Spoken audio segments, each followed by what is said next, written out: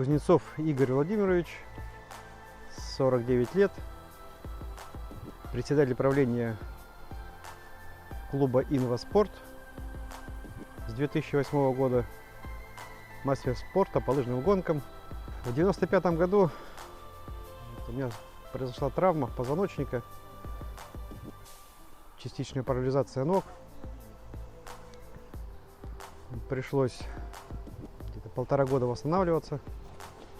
Жизнь поменялась кардинально, то есть у меня была семья, то есть мы там развелись, изнурительные занятия, да, там, идеомоторные тренировки, когда там часами лежишь, приказы в голове даешь, чтобы ступни шевелились, и, там, за полгода какие-то там 1-3 миллиметра движения там в большом пальце только появились за полгода. Потом, когда познакомился с ребятами, понял, что положить жизнь, чтобы встать, да, не факт, что ты встанешь. И уже хотелось жить немножко другой жизнью. Если занимаешься, то ты крепок и здоров.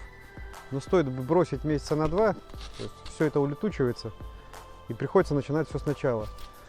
Ну а после такой продолжительной лёжки в кровати, все это было тяжело восстанавливать. Катался на стадионе на школьном, там, хватало мне там, ну, грубо говоря, там, на 2-3 километра.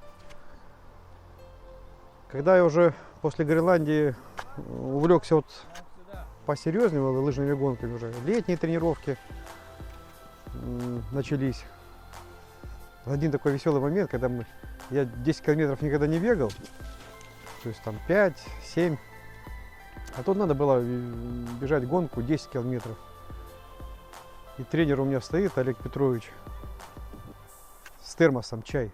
Ну и кричит: ты чаю попьешь? Я не знал, что, ну, как в соревнованиях люди там пьют воду. Я остановился, мне налили из термоса это, я спокойно попил, мимо проносятся спортсмены, я попил, мне тренер: ну что, дальше-то поедешь? Я говорю: поеду. И поехал. Ну и потом ребята уже такие: ну ты даешь, у тебя не соревнования, чаепитие там. И уже потом я посмотрел, как пьют, что на ходу хватает там небольшую баночку, там раз, глоточек выкидывают и едут дальше. Никто это не останавливается и не пьет чай с печеньками. Вот я по себе могу сказать, что лыжами уже просто физически нагрузки очень большие, да, там по 600 километров в месяц надо было, там по 700, объемы такие делать. Просто уже возраст подошел, что такие объемы я уже перестал выносить, постоянно на обезболивающих. Ну, решил не то, что совсем со спортом завязать, ну, немножко сбавить темп. Иногда даже там лето и отдохнешь. Но вот я понял, что если вообще перестаешь заниматься спортом, вот в нашем положении, имеется в виду инвалиды с травмой позвоночника, болеть начинаешь больше. То есть это какая-то вот апатия, не знаю, болячки вылазят. И вот стоит немножко опять, вот я форму набрал, в принципе, простуда не липнут, да, там какие-то там, если не перегружаешься, в принципе, и суставы нормальные. Потому что вот у меня было положение, что я ходить, ну, на небольшие расстояния, там 200-300 метров, все, спина ноет, ноги отказывают. И вот я говорю, занятия все-таки спортом дают возможность жить полноценной жизнью, активной. Вот и ребятам хочу сказать, что, ну, наверное, не каждому дано, да, быть паралимпийским чемпионом, чемпионом мира, там,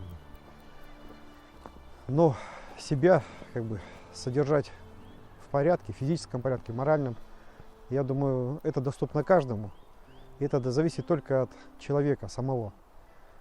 То есть детей, наверное, их надо любить, да, но не жалеть. Надо, чтобы ребенок с детства понял, что только изнурительным трудом можно добиться чего-то, несмотря на состояние. Можно же посмотреть, сколько выдающихся людей, слепых, там, на колясках, которые добились в жизни очень больших высот, которым даже здоровым людям, не всем, наверное, позволено. То, что они могут делать сами, они должны это делать сами. Не надо там гиперопеку. Гиперопека вылезет потом боком.